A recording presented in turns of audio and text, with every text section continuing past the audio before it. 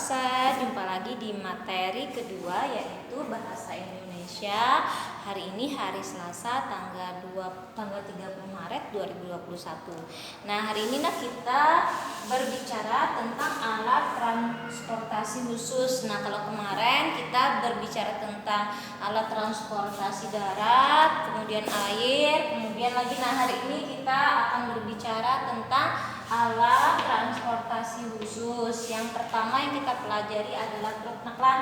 Truk adalah mobil besar dengan bak besar di belakang. Nah, bisa tahu kan kalian truk itu?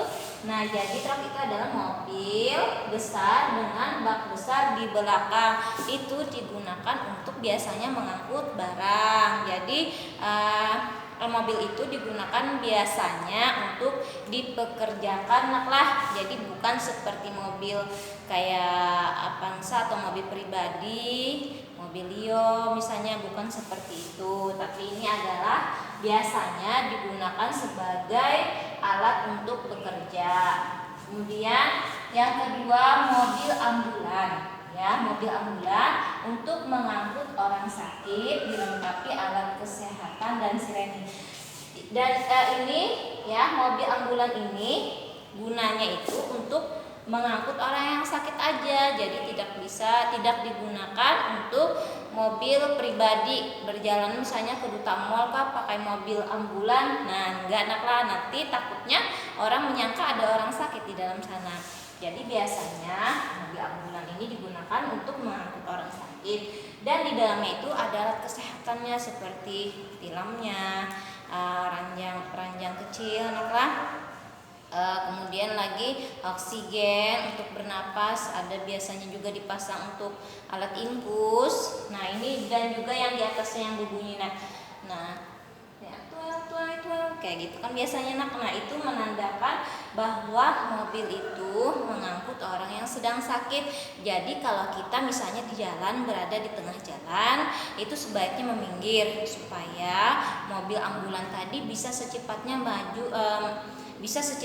menuju tempat yang diinginkan, misalnya seperti rumah sakit. Nah, kemudian yang ketiga, mobil pemadam kebakaran digunakan untuk memadamkan api. Ini pun juga dilengkapi dengan sirene. Ini berguna untuk mengetahui bahwa ada suatu kejadian yaitu kebakaran, maka sebaiknya orang itu harus waspada. Jadi cari tahu di mana kebakaran itu. Misalnya dekatkah dengan keluarga, misalnya jauh dari kita, jauh dari keluarga, syukur ya.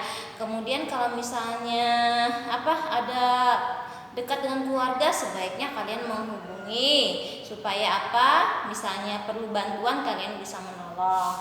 Karena hukumnya kalau kita sering membantu orang, kita pun akan dibantu juga. Jadi tidak ada salahnya ya. Kemudian ini dari pelajaran alat transportasi khusus tadi, yaitu ada truk mobil ambulan dan mobil pemadam. Kemudian yang terakhir adalah kita itu harus bersyukur dan berterima kasih kepada orang yang menciptakan alat transportasi ini. Jadi kita itu